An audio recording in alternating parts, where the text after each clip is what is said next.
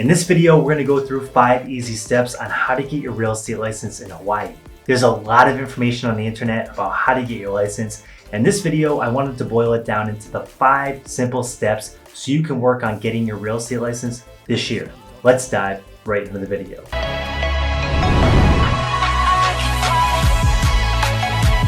My name is Chris with the Empire Real Estate YouTube channel. On this channel, we talk about building your real estate empire through the lens of real estate entrepreneurship. If you like this kind of content, smash the like button and subscribe.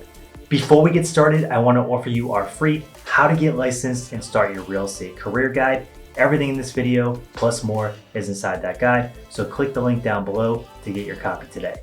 I hope you enjoy it. There are so many reasons why people want to get their real estate license. Some people are at a 9-to-5 job that they do not like anymore, and they want to get a career where they don't have a glass ceiling placed on their income.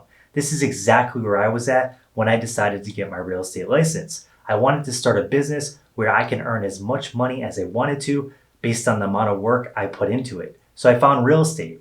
Another reason people get licensed is they want a business that gives them flexibility in their schedule, and they want to become their own boss. Real estate is a great option for that. Before we get started with all the steps here, I do want to go over some of the basic requirements that you're going to need to meet in order to start this process in getting licensed. The very first requirement in Hawaii is that you're 18 years old or older and you have a high school diploma or its equivalent. The next requirement is you must be a United States citizen, a United States national, or an alien that is authorized to work in the United States. Now that you know some of the basic requirements, let's dive into all the steps you need to take in order to get your real estate license. The very first one is completing the 60 hours of mandatory real estate pre-license education classes in Hawaii. Now I know 60 hours sounds like a ton of time to sit in a classroom, especially if you already have a 9-to-5 job or other obligations that make you not have a super flexible schedule.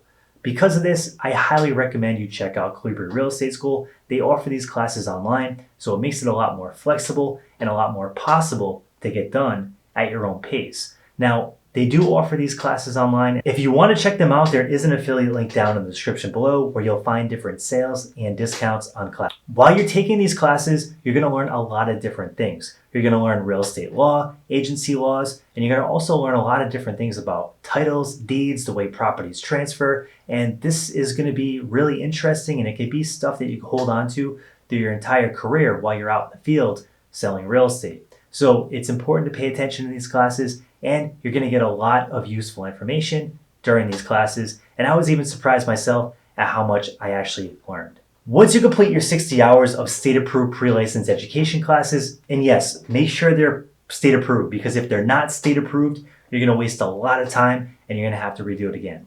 So make sure you find state-approved classes. But once you're done, it's time to go to step number 2, which is time blocking to study. Now, I know this sounds like common sense, but a lot of people that sign up for the exam fail the first time around. They go in excited and they walk out with a failing score. If you don't want this to be you, I'm going to give you a couple different steps that I would take if I was taking my license over again.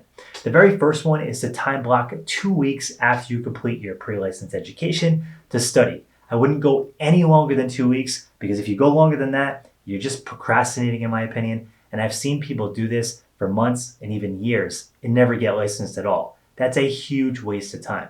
Give yourself a 2-week window and commit to go taking the test after that.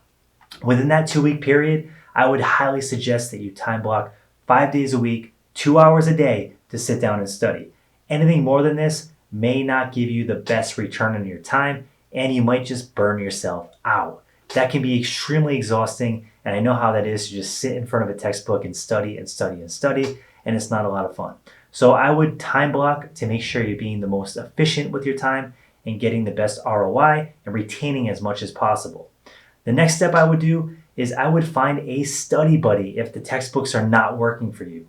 I did not like studying from the real estate textbooks. I found it extremely boring, and I didn't have a study buddy to study with, but if I did, I would suggest getting flashcards, quizzing each other. Flashcards can be found online, and they're usually very inexpensive. If you don't want to spend any money at all, then I would highly suggest that you just create your own flashcards.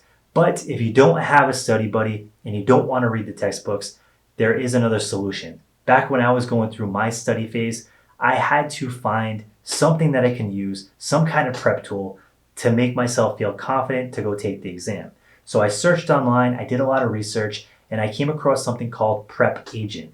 And Prep Agent is basically a test-like simulation tool that takes you through test-like scenarios and basically quizzes you and gives you live feedback on whether you're doing well with the questions, whether you're answering them wrong, whether you're answering them right. And this helps you build confidence and knowledge over time. And I really loved using the tool, and it definitely gave me the confidence and knowledge I needed to pass my exam on test day. Because of that, I definitely recommend them, and there is an affiliate link down below if you want to check out pricing on that tool, and it is relatively inexpensive. The next tool I want to tell you about is CompuCram. Now, CompuCram is very similar to Prep Agent, but one thing I love about CompuCram is their assessment tool. So as soon as you log into CompuCram, you're going to be given a test, and it's going to basically rank you on all the different areas of the real estate exam, and it will pinpoint exactly where you're weak, and it will help you study to help you improve your knowledge and your confidence so that when you actually do go take your test in 2 weeks, that you feel really confident and familiar with all the questions and you can go hit a home run. So if you want to check out CompuCram, there is an affiliate link down below for that as well. But these tools can definitely help, but you don't need them. If you're comfortable and you feel good about doing the textbook, by all means, use the textbook and then go crush your exam. Once you're done studying and you're ready to take the exam, it's time to move to step number 3. And step number 3 is basically taking the test. You want to call at least 24 hours in advance. Try to book it a couple days out to give yourself some time to feel confident and comfortable. And then you want to go to the testing center with a basic non-scientific calculator for the math portion of the exam and 2 forms of identification. Once in the testing center, you're going to notice that all the questions are multiple choice. And because of this, many people finish early, so don't rush through the exam. The worst thing you can do is rush through the exam because some of the questions are kind of tricky, and if you power through them, you might be answering questions wrong that you actually knew the right answer to, and it can cause you to fail the exam. In order to pass this exam, you're going to need to get a 70% score or higher. And once you're done, you're going to be able to find out right away if you passed or failed. And that's one of the best parts. You're not going to have a ton of anticipation and a ton of anxiety wondering if you passed the exam or failed the exam, because as soon as you're done, they're going to give you your score and let you know if you passed or failed. Now, if you passed, it's time to celebrate. If you failed, it's not a big deal. Go back to the drawing board, study harder, and try again. Many of the top agents on my market are people that failed the exam the first time around. So it doesn't mean you're going to be a bad agent. It just means you need to study a little bit harder and make this thing happen. Once you pass the exam, it's time to get your background check done, and that's step number 4. So it's going to be doing your background check, your fingerprinting, and submitting your license application. Now, once your background check is done and you passed, you're going to take all this information here. So you're going to take step number 1, which is your state-approved pre-license education that you completed. You're going to take your past real estate exam, and you're going to take your background check, which you passed. You're going to package it all up, and you're going to send it out in your license application. Now, this license application can take a couple weeks to come back with the approval, but in the meantime, you have one last step to nail. And that is a very important step, and that is finding your sponsoring broker.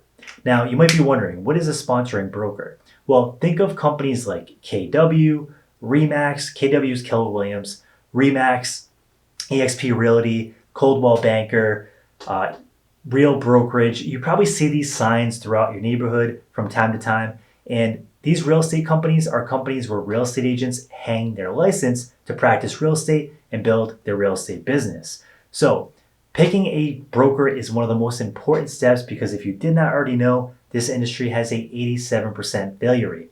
And yes, I know, 87% is a big number. To avoid that, I want to give you a couple basic tips to ask when you're interviewing with sponsoring brokers to give yourself a higher chance of success. The first question to ask is, do they have a mentorship program in place? And are you going to have a mentor to call up on the phone when things go wrong? When I was first starting out, I remember some deals that got a little crazy, and having that mentor to call was a huge difference, and it made me feel a lot more confident, a lot more comfortable, and it made me get through those tough times a lot easier because that person's experience got me through the challenges, and it really helped me close those deals that may not have otherwise closed. The next question to ask is if they have a training program in place for new agents. Now, this is different than a mentor program.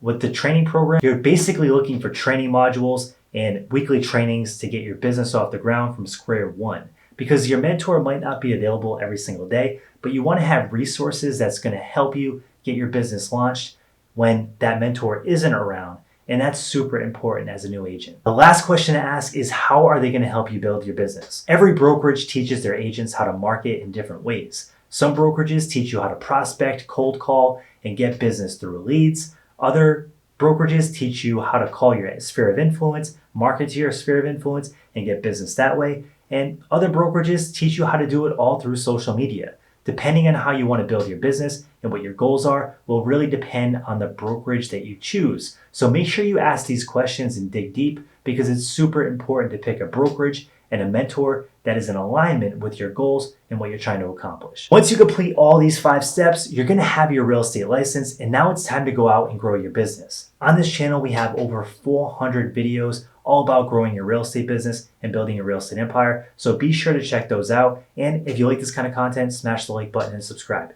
Before you go, if you're going to get licensed this year, drop that in the comment section below. I would love to hear from you. Have an awesome day.